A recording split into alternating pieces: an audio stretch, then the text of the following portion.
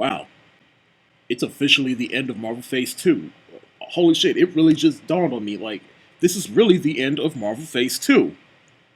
Wow, what a ride.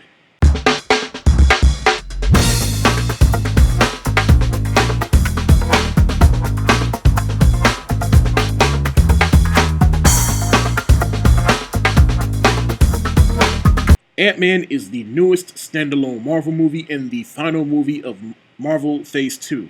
Paul Rudd plays Scott Lang. He's a thief, he's a criminal. He's good at breaking into people's houses, but he isn't a bad guy. He's just a guy that did something and had to pay the price for it. But the original Ant-Man, Hank Pym, played by Michael Douglas, recruits Scott Lang to be the new Ant-Man and wants him to break into a place and steal some stuff, because there is some shady stuff going on at Hank Pym's company, and he wants to try to stop it. Now, I was optimistic, but yet slightly skeptic going into this movie for two reasons. One reason being, just like last year's Guardians of the Galaxy, this is yet another property that general audiences is not familiar with. This is a character that can shrink down to ant size and communicate with ants. But in a world where Marvel made a talking raccoon and a walking, talking tree work, Marvel has earned the benefit of the doubt. But the other reason why I was skeptical going into this movie was because of the whole Edgar Wright fiasco. He left because his vision of this movie didn't add up to Marvel Studios' overall vision of not only this movie, but the Marvel Cinematic Universe. So when I heard that, I was like, so pretty much they're going to shoehorn this movie to add up to all the other Marvel Cinematic Universe's movie and make a bunch of masturbatory Avengers references. But I am here to tell you that that is not the case, because this movie was really awesome and entertaining. And the characters were great, the story was executed well. Paul Rudd cast as Ant-Man. When I heard about that, I was like, that is interesting, because Paul Rudd, he's more of a comedy type actor. And now granted, he has done some dramatic stuff, but as a superhero, skeptic but yet interesting. But he completely worked in this movie. He was well balanced between the comedy and the subtle moments in this movie. I completely bought him and his relationship with his daughter, because yeah, he has done some bad stuff, but at the end of the day, he just wants to do right by his daughter. Michael Douglas in this movie was a huge say what in this movie, because back in the day, more established actors like, let's say, Robert De Niro or Michael Douglas or whoever wouldn't really take on roles like this because, you know, it's a superhero movie. How serious can you really take it? But then the first X-Men came out and it had Patrick Stewart and Ian McKellen, who are more established and pedigree actors. And then after seeing that, more pedigreed actors started taking on these type of roles because they realized how serious you can take them.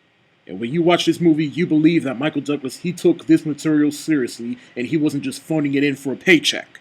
And I brought the relationship between him and his daughter Hope Van Dyne, played by Evangeline Lilly. Something happened to Hank Pym's past to be estranged from his daughter, and throughout the whole movie we see that unravel when she helps out Scott, and it mends their relationship back together. As far as the other characters go, Michael Pena plays one of Scott's partners, and oh my god, he was funny. He stole most of the show from me. And he served as good comedy relief as Kat Dennings was in the Thor movies. As well as the other partners go, among them is T.I., and I was really digging them because they were characters that could have easily been the Jar Jar Binks of this movie, but they weren't. And at one point, they all had acts of heroism in the movie. Now, I could understand why this movie could turn some people off, because it is kind of a change of pace after coming off of Avengers Age of Ultron. But this movie recognizes that it doesn't need to be some big action spectacle. It was a simple origin story that felt fresh, and I felt did Ant-Man the best justice it can get. And I love this trend of the recent standalone movies being genre movies. Like Captain America the Winter Soldier, it was a spy espionage film. Guardians of the Galaxy, it was a sci-fi movie. And now with Ant-Man, it is a heist film. And to me, I felt that was the best way to do this movie, was to make it a heist film to give the story some legitimacy. I was really digging the action scenes as well in this movie. Like, from the time that Ant-Man shrinks down for the first time to the very end where he's fighting Yellow Jacket and the Thomas the Train play set, I knew I was in for a good ride as far as the action goes. And it was cool seeing how Ant-Man works in action and using the ants to his advantage. But the sequence with the Thomas the Trains was really funny, and especially after you saw it in the trailer, there's actually a lot more to that scene. As far as my negatives go, Marvel continues their string of weak villains, because Yellow Jacket, honestly, to me, he was this mustache-twirling villain who was greedy and wanted the Pym particles to himself. And I wish they had fleshed out his character a little more. Granted, they do in some cases, because there is somewhat of a relationship between him and Hank Pym. but they should have fleshed that out a little more. Now, I love the intro to the movie because it ties into past movies, but after the credits roll, and it kind of had a slow build-up and a slow start, because it felt like 2 or 3 different movies that didn't really add up to it got to the point where it did in the movie. As far as the Avengers references go, I'd say this movie had the best use of Avengers references, and they didn't shoehorn them in, and there was a reason behind them, and it advanced the story, and it ties into future movies. Now, I am not going to spoil who it is, but this movie to me had the best Avengers cameo and the most hilarious use of an Avengers cameo that I have seen in this Marvel Cinematic Universe. In the end, Ant-Man was a fun ride of a movie. It was funny as well. It was entertaining. It was a great intro to Ant-Man. The characters, side or main, were relevant. Could have fleshed out the villain a little bit more, but that's okay because the rest of the movie made up for it. I will say this is my 3rd favorite standalone Marvel movie within Marvel Phase 2, and I cannot wait to see what they do with Ant-Man in future movies. I'm going to give Ant-Man an A- for full price. And of course, there are 2 end credit scenes, so make sure y'all stay doing the credits for those 2. Trust me, and they're really important as well.